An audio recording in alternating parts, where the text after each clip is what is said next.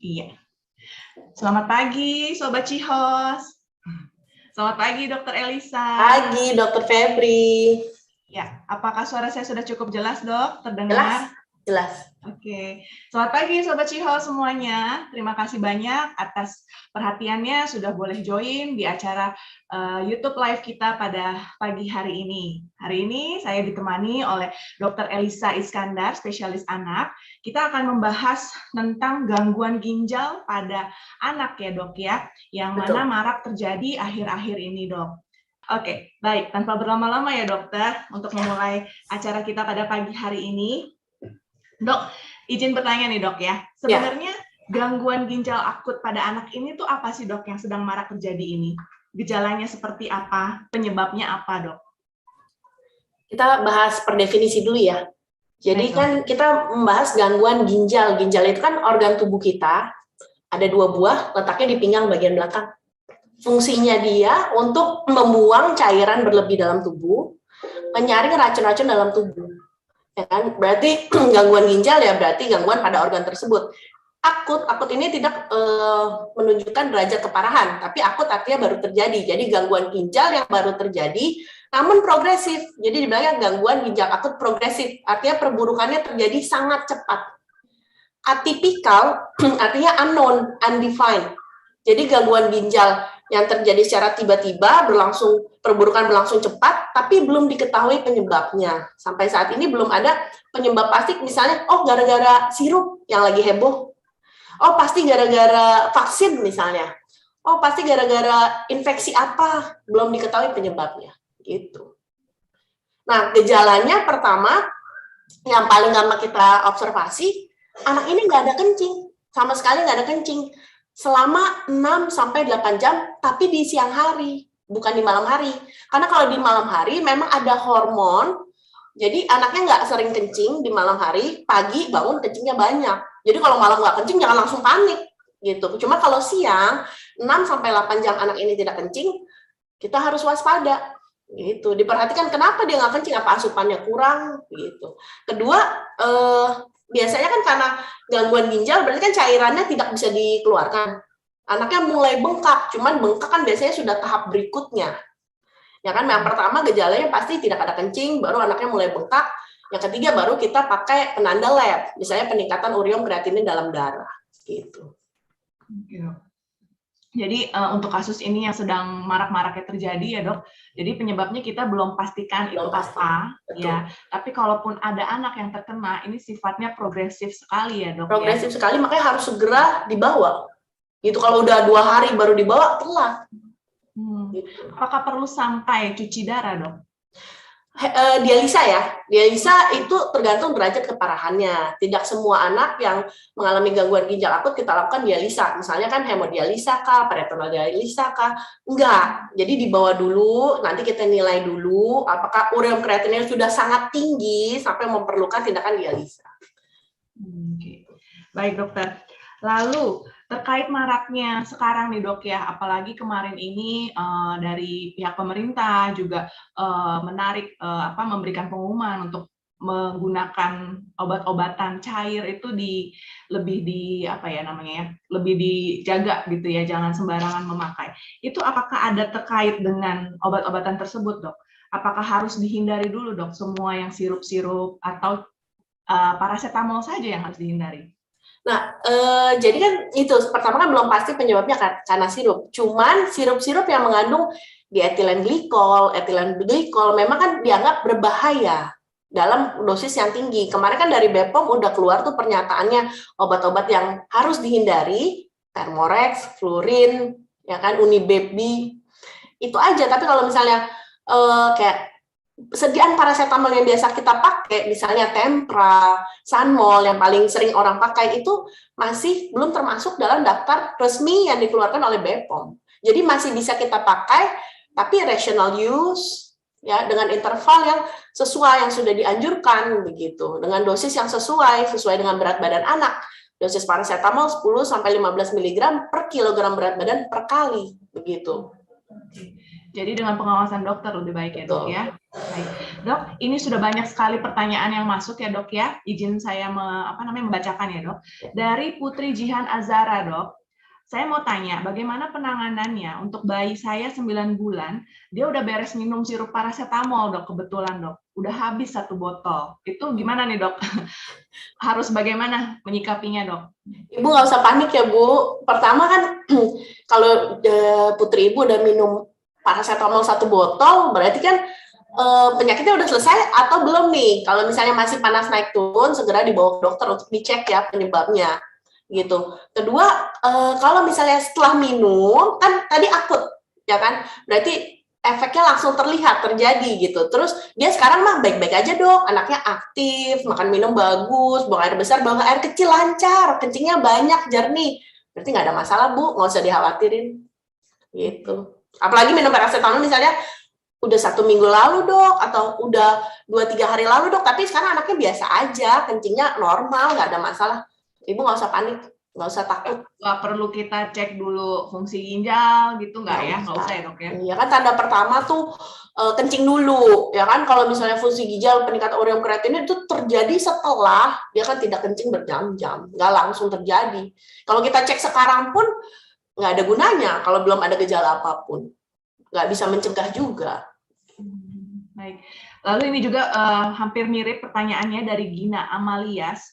Saya juga ingin bertanya, anak saya sudah ke dokter dan masih diberikan obat sirup, maksudnya sudah terlanjur diminumkan ke anak gitu. Jadi gimana dok? Apakah dilanjut, stop, atau gimana dok?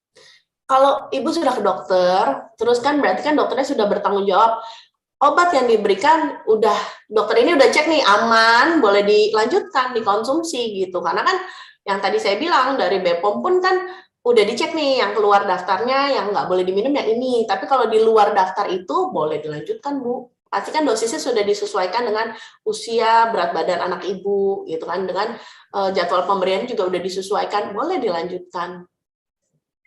Lalu ada lagi pertanyaan, mungkin dari Ibu EPS ya, Bapak atau Ibu EPS, dan juga Ibu Gina,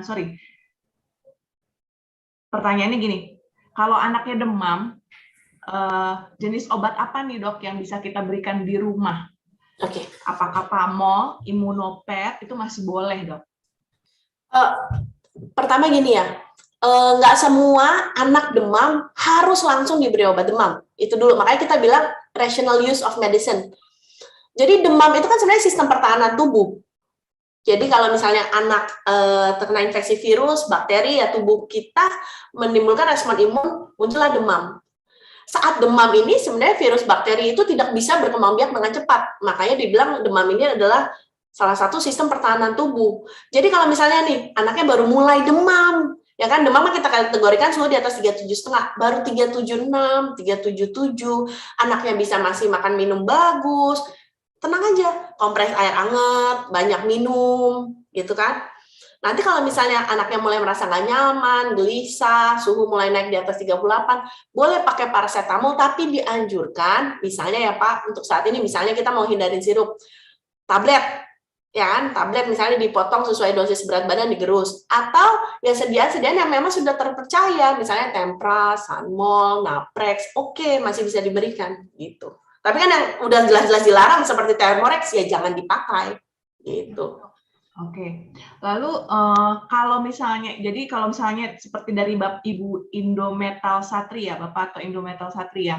Jadi kalau misalnya anaknya demam 40 derajat, mungkin tadi rekomendasinya adalah pemberian obat yang sudah di-list oleh pihak pemerintah gitu ya, Dok ya, yang masih boleh digunakan ya. Seperti Tempra tadi ya, Dok ya, atau Sanmol ya. Baik.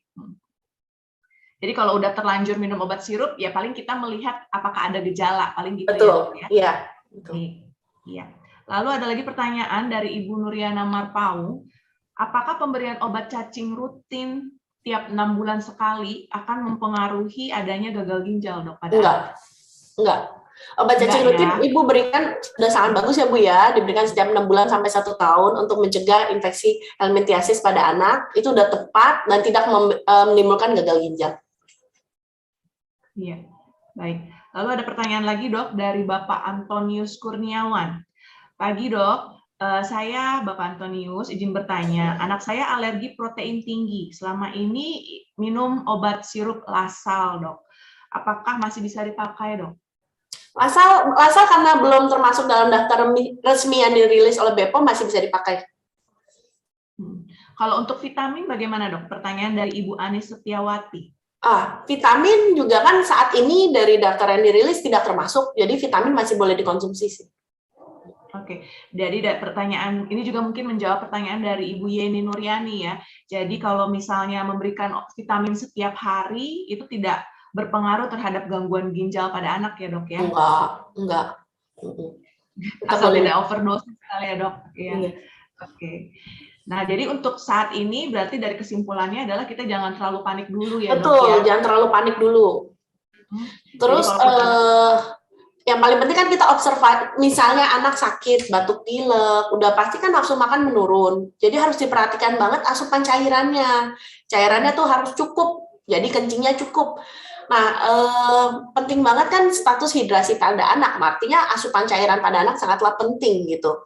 Misalnya nih, anak ibu 10 kilo, jumlah cairan minimal per hari 1000 ml per hari. Cuman kan kita gimana yang hitungnya ya? Ada susu dok, ada makanan, ada misalnya minuman-minuman lain, begitu kan? Nah, yang paling penting adalah kita observasi warna kencingnya. Jadi kalau ibu sulit menghitung, observasi aja warna kencingnya. Nah, soalnya kalau mau hitung, itu kan dia minimal 0,5 mg per kilogram berat badan per jam. Sulit kan? Setiap kali kencing harus kita tampung, gitu kan sulit. Jadi paling simpel adalah kita lihat warna kencingnya. Kencingnya harus jernih. Kalau jernih berarti cairannya cukup. Kalau misalnya dia kuningnya pekat, orange, ya berarti kan cairannya kurang. Itu aja dulu yang paling gampang. Oke, baik dok. Iya, jadi perhatikan kencingnya ya dok ya. Baik, lalu untuk kejadiannya sendiri dok, kalau di Tangerang ini apakah sudah ada laporannya dok terkait gangguan ginjal akut ini dok? Dari Dinkes Tangerang sampai saat ini masih 0 untuk daerah Tangerang. Gitu. Dari Dinkes laporannya masih 0. Di Ciputra pun sampai saat ini belum kita temukan kasusnya. Iya, oke. Baik. Jadi kalau kesimpulannya adalah yang kita harus perhatikan itu adalah kencing anak ya dok, terutama di siang hari ya. Jangan sampai dia nggak kencing 6-8 jam ya. Siang hari ya, bukan malam. Siang hari, ya. Ketika 6 jam dia tidak kencing itu perlu di-concern dan sebaiknya untuk kontrol ke dokter ya dok. Harus. Kalau 6 jam dia nggak kencing langsung bawa kontrol. Walaupun mungkin minumnya sudah banyak gitu ya, udah dikasih sama orang tua ya. Baik dok. Oke, masih ditunggu lagi Sobat Cihos pertanyaan-pertanyaannya mungkin yang masih ingin bertanya dengan Dokter Elisa. Iya. Untuk minum vitamin tiap hari tidak ada masalah ya dok ya? Nggak masalah. Tapi ya perlu diingat ya, vitamin ini kan suplemen, nutrisi utama kan dari makanan. Tetap yang harus paling penting lah asupan makanan pada anak sesuai usia. Ya kan, kalau di atas 2 tahun ya full dari makanan.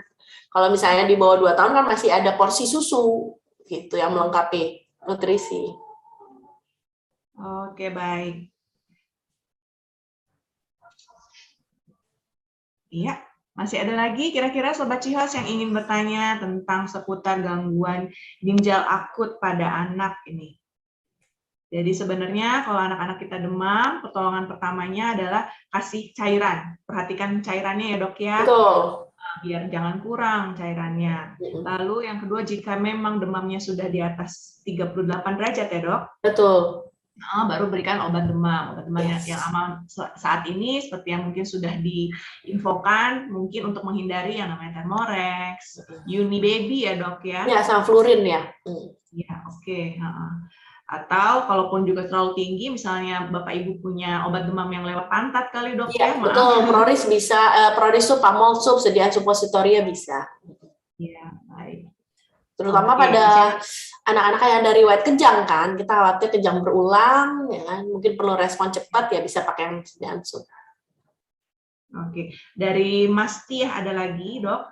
Jadi ternyata obat-obat sirup yang tidak ditarik oleh BPOM masih boleh digunakan ya dok untuk penanganan awal sebelum ke dokter.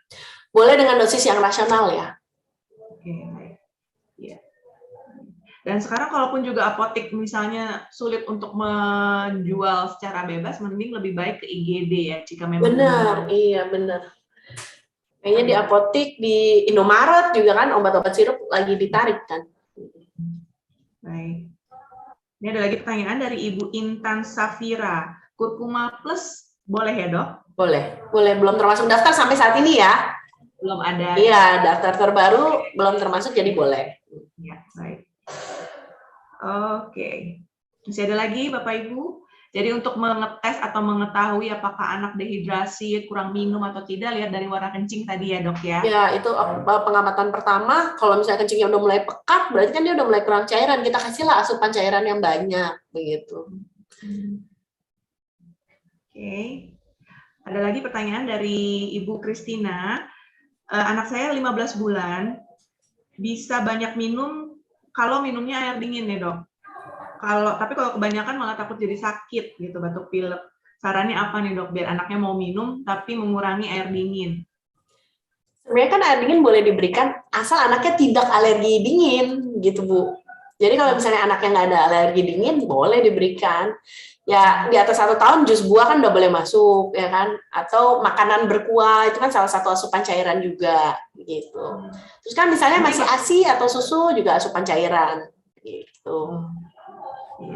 Mungkin batuk pileknya karena alergi dinginnya itu tadi ya dok? Iya, kalau misalnya setiap kali minum dingin dia batuk pilek, ya berarti ada alergi dingin. Ya mau nggak mau nggak bisa kita kasih. Mungkin kita cari air minum yang lain gitu ya. Atau ya itu sih ya. Atau ya botolnya lebih menarik lah ya. Jadi anak-anak ini kan lebih tertarik ya. Baik. Kalau dari Fitra Nuriani nih dok, ada pertanyaan. Anak usia di bawah 1 tahun boleh diberikan madu tidak dok? Nggak boleh.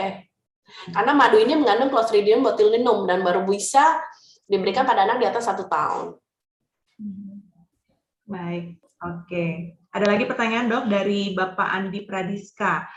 Untuk obat cacing mulai bisa diberikan di umur berapa dok? Anak saya umur 14 bulan. Terima kasih dok. Kalau misalnya nggak ada gejala, kita diberikan rutin mulai usia 2 tahun ke atas, Pak. Oke, jadi 2 tahun, nunggu lagi berapa bulan lagi nih? 24 bulan ya? Iya, 10 bulan lagi ya. 10 bulan 14 bulan kan. Iya. Oke. Ya.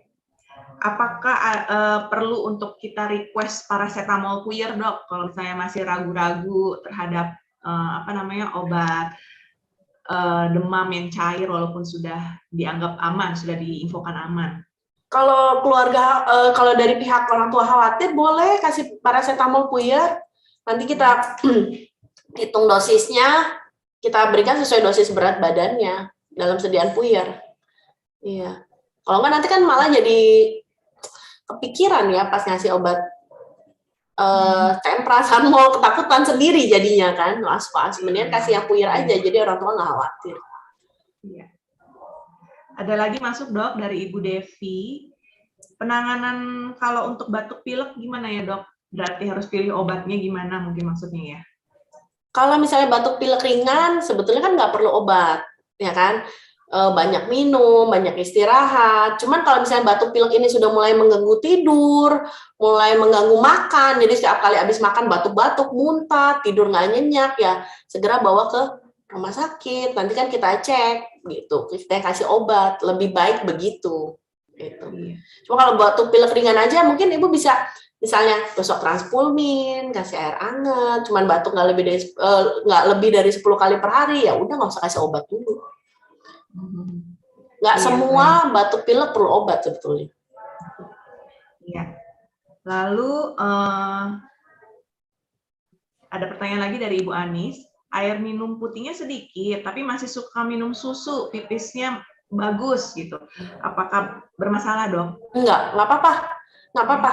Karena kan susu ya cairan juga sebetulnya ya. Jadi kalau misalnya pipisnya bagus, lancar, warnanya jernih, oke, nggak masalah. Jadi jumlah cairannya cukup. Nggak harus air putih. Oke. Lalu ada lagi pertanyaan dari Ibu Tresni. Mengingat penyebabnya masih belum jelas nih dok, apakah biopsi ginjal bisa dilakukan? Mungkin untuk yang sakit kali ya dok ya?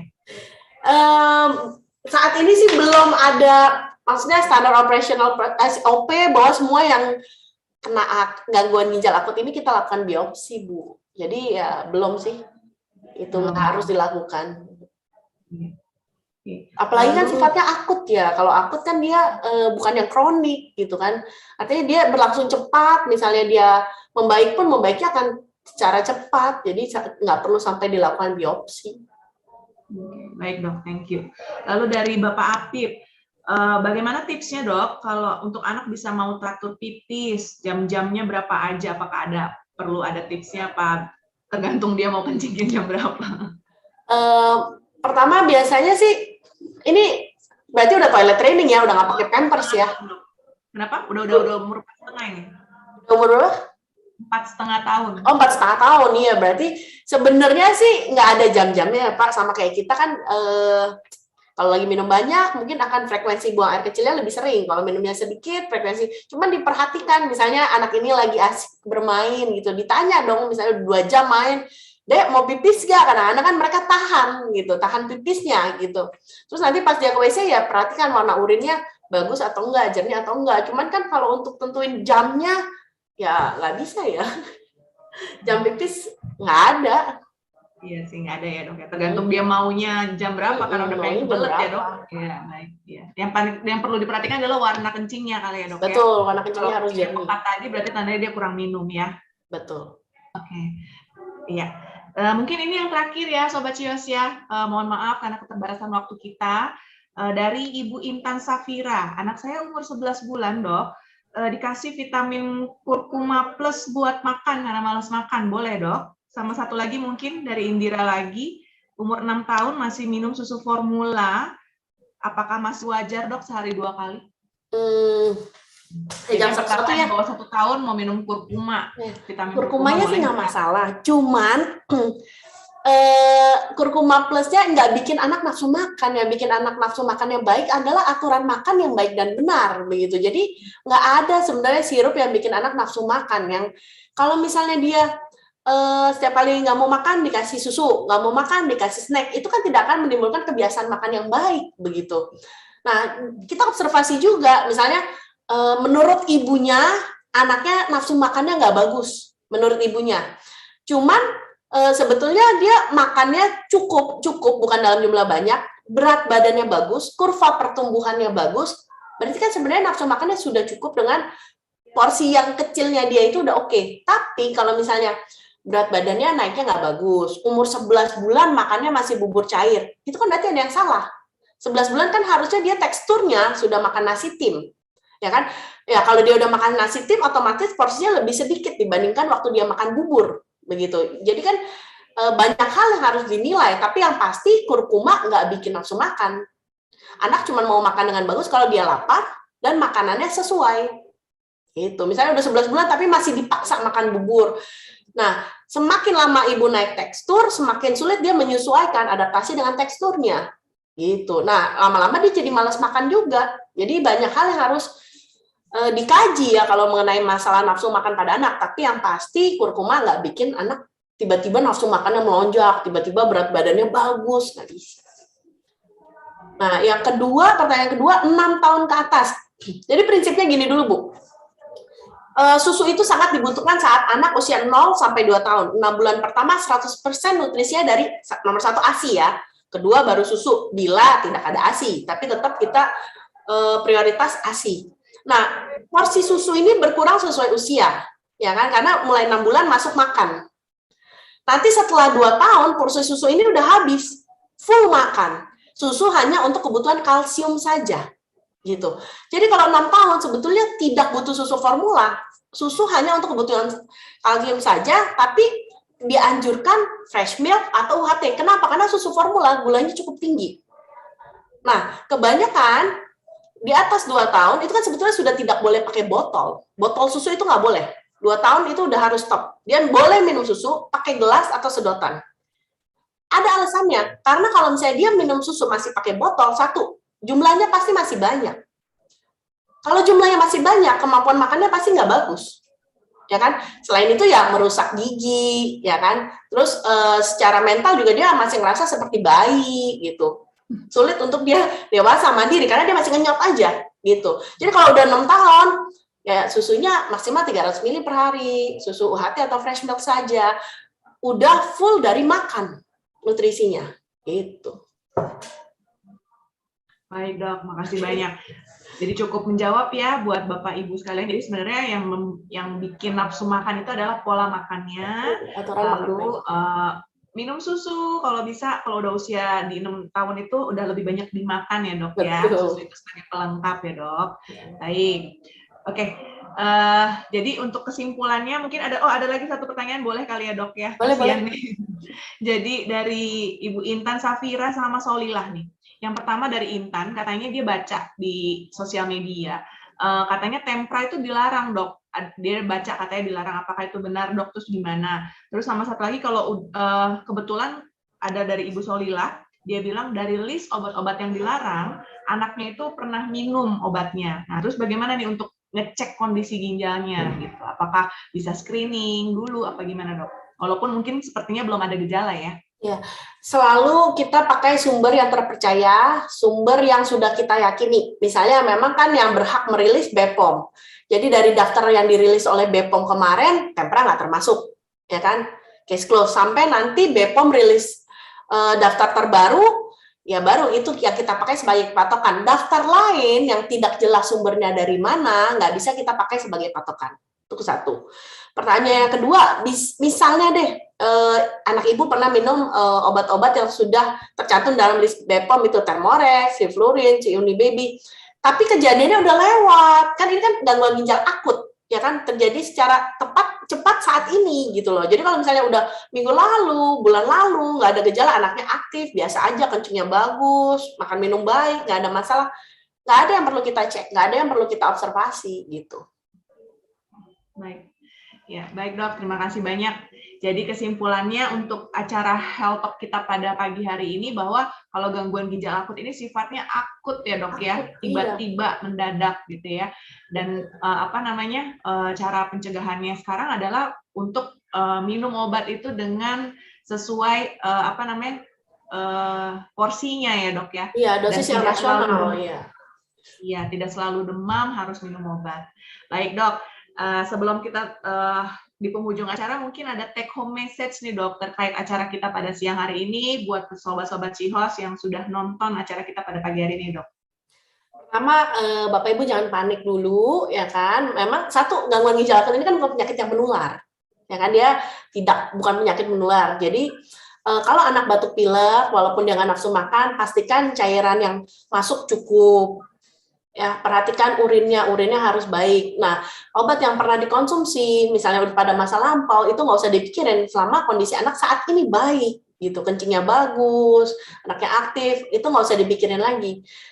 Kedepannya penggunaan obat ini harus secara rasional, jangan sembarangan. Misalnya pakai obat panas pun ada dosisnya, nggak bisa misalnya minum obat panas 2 jam belum turun, kasih lagi obat panas, nggak bisa, kayak gitu. Jadi yang penting rational use of medicine, gitu. Itu aja sih dok. Baik dokter, terima kasih banyak atas waktunya ya dok pada pagi hari ini. Jadi buat sobat-sobat Cihos mungkin masih ada yang ingin ditanyakan atau masih ingin berkonsultasi, mungkin bisa ketemu langsung dengan dokter Elisa ya. Dan setiap hari Senin sampai hari Sabtu beliau ada di Ciputra Hospital jam 9 sampai jam 12 siang. Baik sobat Cihos, terima kasih banyak atas perhatiannya. Terima kasih banyak dokter Elisa atas waktunya pada pagi hari ini. Semoga sobat-sobat Cihos, para ibu di rumah, bapak di rumah, tingkat kepanikannya bisa diredakan sedikit ya dok ya. Semoga masalah ini cepat berlalu. Anak-anak di Indonesia sehat-sehat selalu ya dalam lindungan Tuhan. Jadi semoga penyakit ini juga bisa kita tahu apa sih penyebabnya. Jadi kedepannya juga tidak membuat kita tambah panik ya dok. Iya betul. Terima kasih banyak. Terima kasih. Ya.